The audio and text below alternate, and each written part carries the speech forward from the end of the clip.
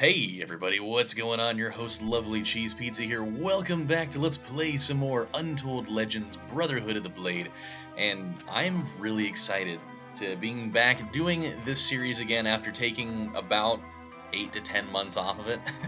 I put it on the back burner for a long time because I wanted to finish up Grand Theft Auto 5 and Resident Evil 7, and I wanted to make more progress on Gran Turismo at the time, so I kind of put this one in the vault and said I'll come back to it later, and many months went by.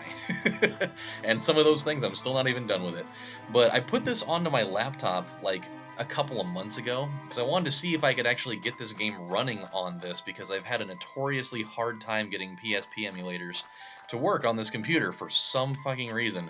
But I got it going, and then pairing it up with this new capture program that I've been fucking around with, it's working exactly the way that I wanted. So with that in mind, I've been just like itching to play this game for about a month or two, and everything worked out. So I'm super excited to play some more of this, and we'll kind of get reacquainted with the game because God knows I know literally nothing about what's been going on with this over the last amount of time. So we do have a quest to pick up with what's-her-face over there. Let's check and see what we're at, and then we'll go from there. So we need to see the Fallen Knight in the Splinterful Woods. If I remember correctly, actually, this quest we go and talk to a guy, and then I think he sends us back to Avon to go into one of the dungeons here, and then we have to go into a dungeon that branches off of that dungeon.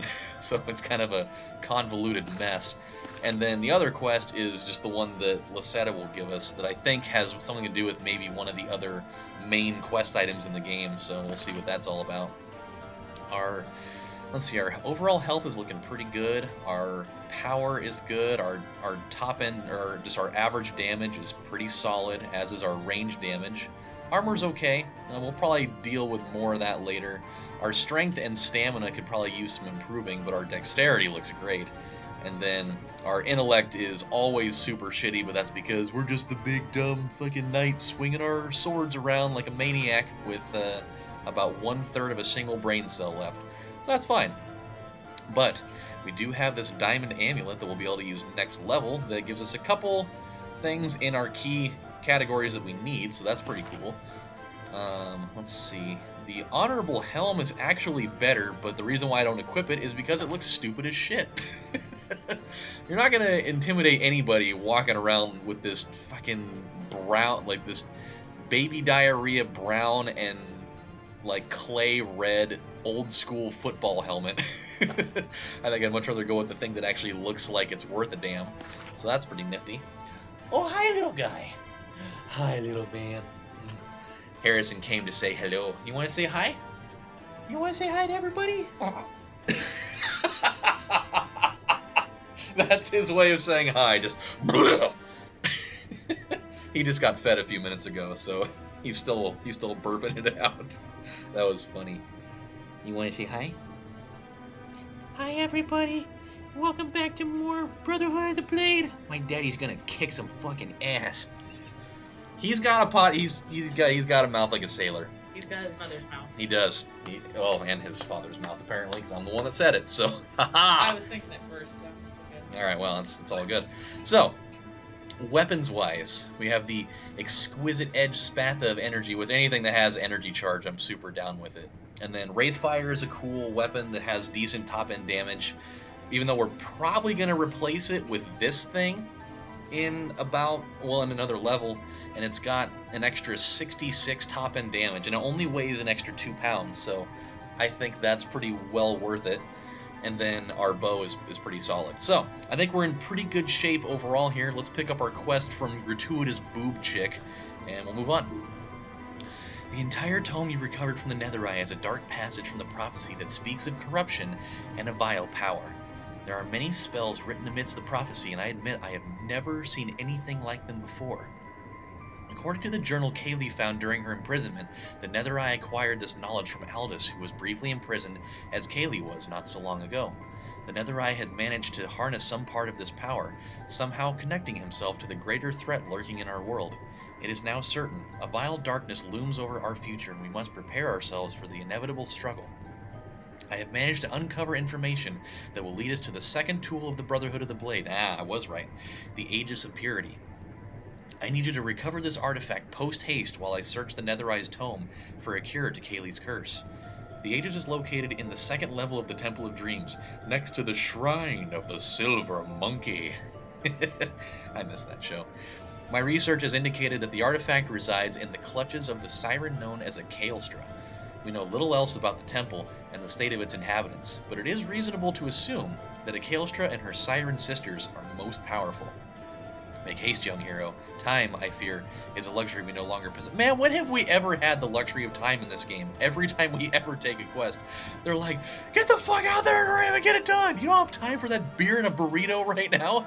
Leave that shit for when you get back. And even when you get back, you won't have time for it either. So, basically, we're just gonna make you never eat, sleep, drink, shower, shit, or anything ever again. You just have to be a soulless husk made solely for our bidding. So, let's go to Splinterful Woods. That's going to be an easier one to get done first because it's just a little off, a little side quest. So, we'll do that. Super crazy thing that's going on in my city, by the way. In the city of Salem, they issued a water advisory a couple weeks ago because there is a toxin that is running rampant in our water supply that has been deemed unsafe for the quote-unquote vulnerable population. It's kind of fucking weird. In all of my years of living here, we've never had anything like this before. Every once in a while up in Portland, they'll get water advisory for having a little bit too much fluoride in the water, but they usually say, you guys can go boil that shit out for a little while and it'll take care of it. But this one, they actually say, do not boil it, because if you do it, it actually makes the toxin worse, which is not good at all. So, it's this crazy thing in Lake Detroit that's not super far away from here. There's this toxin called cyanotoxin that comes from, like, these algae blooms. And normally, like, it happens, like, all the time, but it's always been in a concentration that's been low enough that, it's not anything that anybody really needs to worry about. But now, for the first time, seemingly ever, it's come out in a concentration that's high enough that everybody actually has to, the city of Salem, the public works department actually had to be like, hey, so we took some water samples and there's a little bit more of this than should probably be out there. So, we're going to put this advisory up for a couple of days saying, anybody under the age of 6 or anybody with a compromised immune system or animals or old people should probably lay off it for a while. Go to bottled water and, virtually anything else. But you can still bathe in it and all that. And then, we'll lift it when the samples come clear. And so they did that for a few days. And then they took the advisory off. But then a couple days later, they put it back on again. They're like, yeah, by the way, may have prematurely ejaculated on that one because there is totally still a lot of it in there. So anybody that was doing that probably still shouldn't be doing that. And then they put they're like, but this time we're gonna put an extra couple of weeks on it so that we really cover our ass. Because the general public was fucking pissed. Like, people are going absolutely bonkers over this shit right now, and I'll tell you about it more in a minute. Lower your blade, warrior. I am threat to neither you nor those whom have commanded my demise. It is truth that I am not to be the cruel beast of legend. My hands are clean, but my name is fouled with the lies of my enemy. My beloved wife, my cherished sons, all murdered, but not by my hand. I seek only the relief of truth to be bestowed upon my falsely tainted name, and vengeance toward those whose hands are stained in the blood of my innocent beloved. Confront Sir Gerard in the deep crypts guarded by the forbidden catacombs. Okay, so I was right. Beneath the tavern floor. Ensnared in the grips of his accursed hand, you will find the proof to reward your trust in my plight, and to restore truth to the halls of Avon. Well, maybe you shouldn't have fucked the dude's wife then, man. Keep your scratchy little Voorhees to yourself, and you probably wouldn't be going through with this. But then again, he's like, hey, Miss Gerard, you want my scratchy Voorhees? She's like, you had me at Voorhees. And so... Did you seriously just call someone's I called a man's dick a Voorhees. So, what are you gonna do? You had to do it. And even Harrison's pissed off. He's about like, it. he called it a Voorhees, Dad. Why did you do it? Why would you call a man's dick a Voorhees? And I don't know. That is the answer. Is it slang? That I made up just now, yes. Named after Jason Voorhees, of course. Yes. The Pussy Slayer. Okay, that's a weird thing to say. And now we move on. So, let's go dump some stuff off to Mr. Haggard. And, wow, Harrison is really upset with that. He's like, don't you ever say such a stupid thing ever again. Damn it. Okay, what do we have? What do we have? Do we get anything of note at all besides the weapons? It seems to be not that way. So, yeah, it's been crazy, though. Like, once they put that advisory back on, it's been nothing short of, you know what? Yeah, let's go into the Forbidden Catacombs. Let's do that. I was thinking, you know, maybe we could go out and start doing the other one. We'll do this one first, just because it's easier. It's right here. The other one, we got to go into Deadeye Ridge and find our way to the Riven Flats, and that is just so much further away from here. And I'm working on limited time, so let's just do this because it is here. So I'm down with that. But dude, like this whole water advisory thing has brought out the super insane hypochondria in the entire general public. It is fucking ridiculous. Now we've got people that are convinced that the local government is trying to weed out the population because, you know, they improperly handled the situation, and so now everybody's they're just like, man, they're trying to kill everybody. That's why they didn't tell us everything about this. This cyanotoxin is actually it's gonna start killing everyone. I did my research on 1 or 2 websites, so now that means that I know everything. You know, I read something on the CD, on the Control for Disease Center, all that stuff, the Center for Disease Control, and you know, I was reading that even if you inhale this toxin, you're just gonna die. You're gonna get these brain diseases, and you're gonna have neurological conditions, and your digestive system's gonna fail, and your liver's gonna stop working, and everybody's gonna die, and they know it, and they just don't want to tell people because they want everyone to die. And it's just like, oh my god, you guys are never gonna walk out of your front door ever again with an attitude like that. And go figure, it's people that have that elitist attitude of, well, I did quote-unquote my own research, and I went to a couple of websites on a Google search, and now all of a sudden, I'm the resident expert. I don't work for the EPA, but I have a keyboard and a few, you know, minutes of spare time, and so now all of a sudden, that means I have become a Rhodes Scholar of this topic. It's just ridiculous. I have gotten in numerous arguments with people about this whole thing.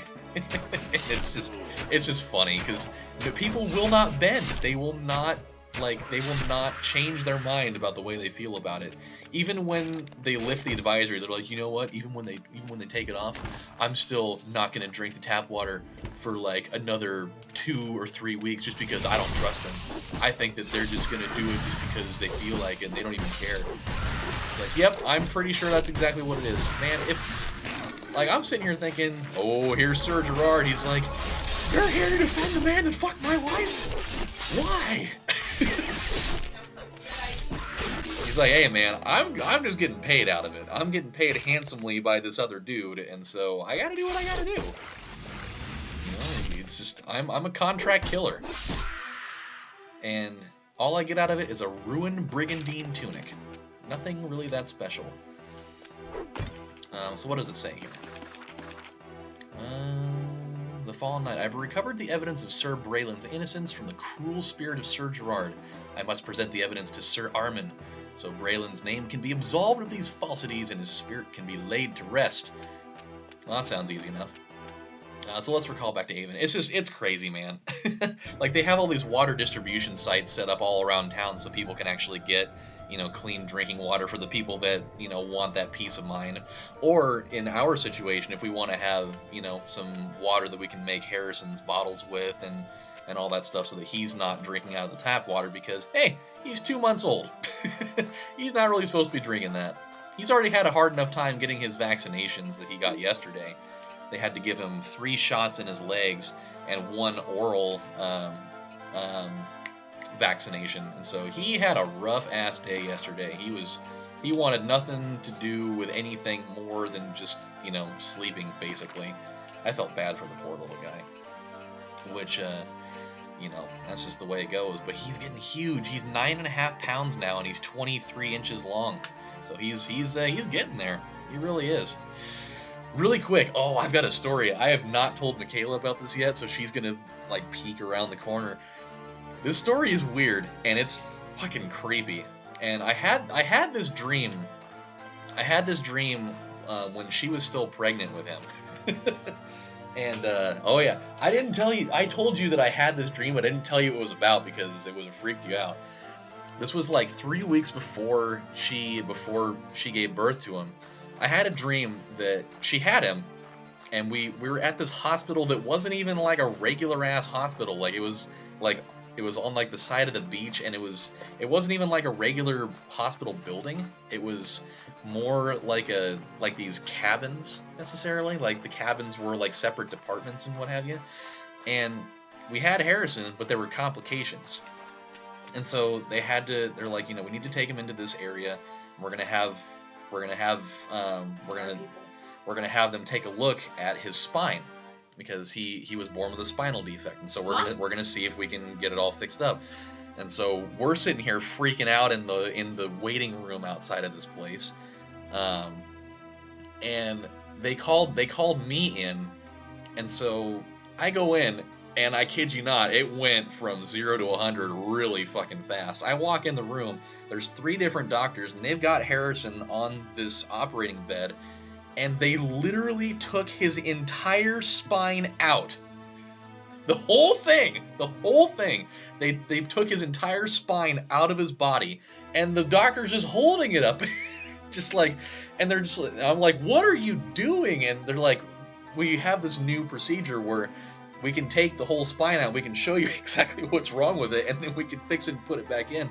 I'm like, why wouldn't you just do it while it's still attached? We don't have to do it that way anymore.